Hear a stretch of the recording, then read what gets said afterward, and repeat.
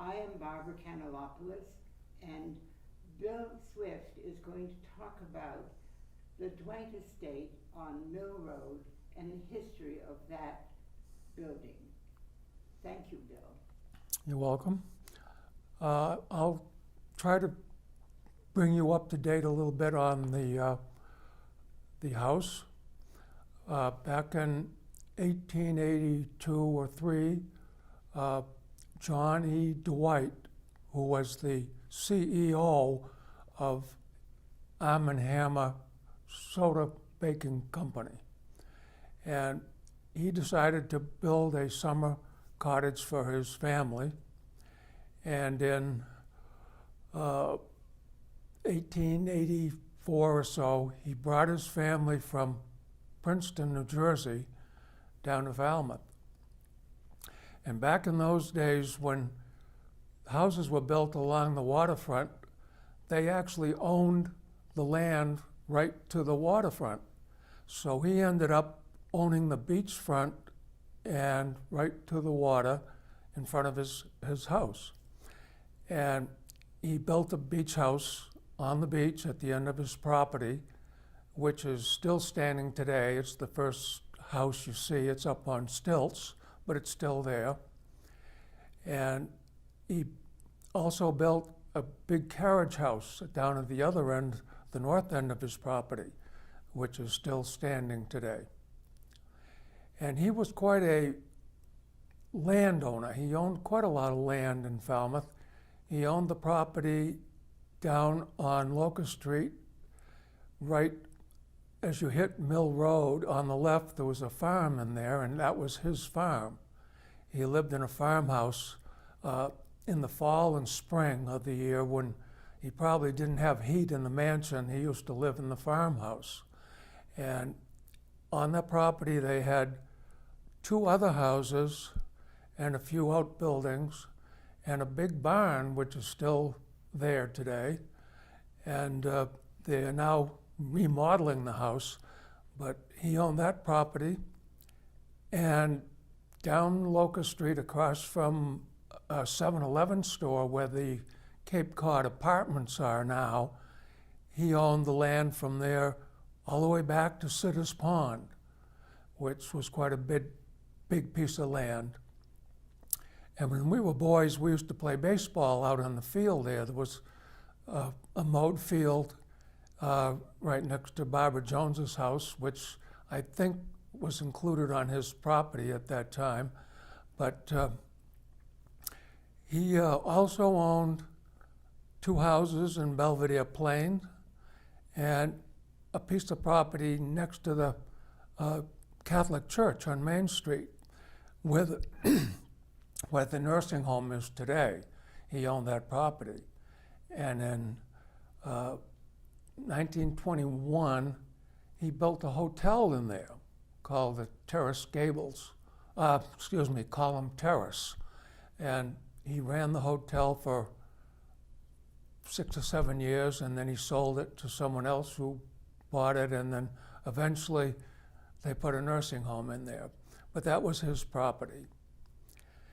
And he also was a shareholder and one of 5 board members on the mushroom plant that was on Gifford Street, across from the Coonamessett Inn where Homeport is now. And he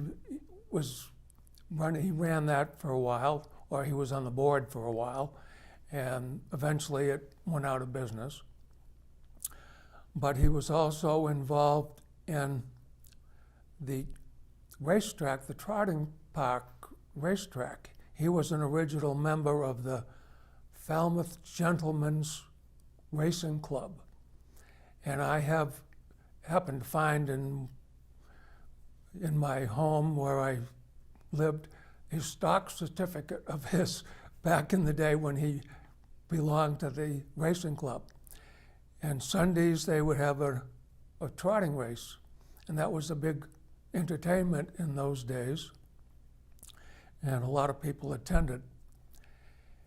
And he also was an early member of the Woods Hole Golf Club back in 1899 when they first built the club.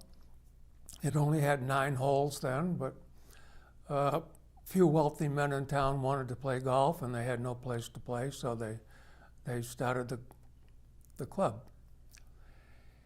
And when he brought his wife and family down, his wife liked peace, quiet, and solitude. So he decided to build her an island on Salt Pond. So she had her own little island, which is still there today, and she could go out there and bring a chair or bench or whatever and sit, read, and meditate, and have her own private time. And they had 2 daughters. One was Ruth and one was Janet. Ruth married Albert McVitie, and Janet married Frank Nickerson. And they lived there. They actually, Ruth and Albert McVitie eventually bought the property. Well, I guess Mr. Dwight might have died, and the estate was trying to be settled. And they bought the house and used it for their family in the summer. And I can't remember exactly when. I think that was in 1921. They bought the house from the estate, and well, gotta think a minute. You might want to cut it a second. Bill, and maybe it strikes me that Bill, that Mr. Dwight was quite influential in the town doings at Town Hall. Would you think that he had quite a lot to say about how the town was run? Yes, he did. I think he was on quite a few boards, and at one time there was a group of men who decided that Salt Pond would be a great place for Falmouth Harbor, because the old stone dock was not large enough anymore to handle the boating traffic. And he and some other influential gentlemen went to the legislature and tried to get the permit to build a harbor. Well, that was fine, except that would mean the road would have to be detoured, because you couldn't have a bridge. It would be too inconvenient. So the road plan was to go up to Elm Road, through the moors and down Elm Road to the beach. And that didn't sit too well with some of the landowners up in the moors, and that was quickly squelched. So that deal fell through. And they did talk about Sitter's Pond being a harbor, because it was right to the middle of the town where the town hall is today.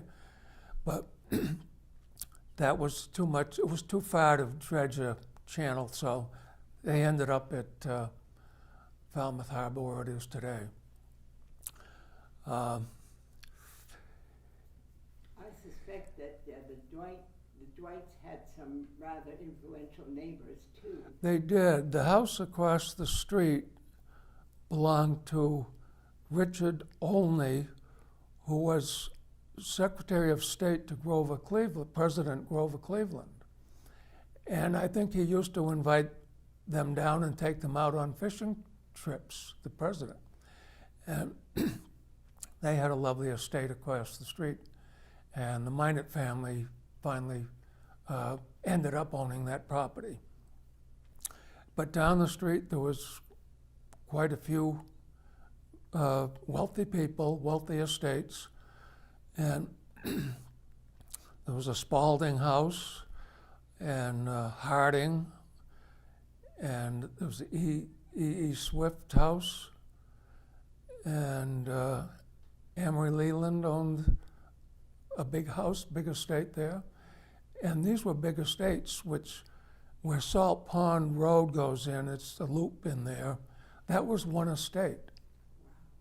And they, after the war, housing was critical, and so these estates were bought and developed. Now, the farm that you spoke of, was that a working farm? I think it was a working farm for his own use, I think. I don't think that was a commercial. But animals? But it was probably a hobby farm. But he did have a huge barn there that took quite a lot of carriages or horses or whatever he wanted in there. And he also, as I mentioned, he owned the carriage house down on Mill Road. And he had a caretaker that used to come down and take care of his property that lived in the carriage house. And his name was George Gammons.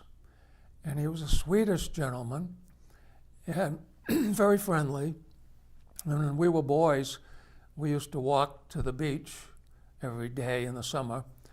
And outside his house, outside the carriage house, he had a Doberman Pinscher dog chained up to a leash on the yard. And every time we walked by, he was straining at that leash to get it.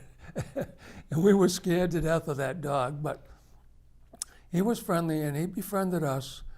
And I think I was around 12 years old at the time. And he taught us how to fish. Because at night, when his duties were over at 5 or 6 o'clock, he had free time, and he'd go down to the beach and cast off the beach and catch fish.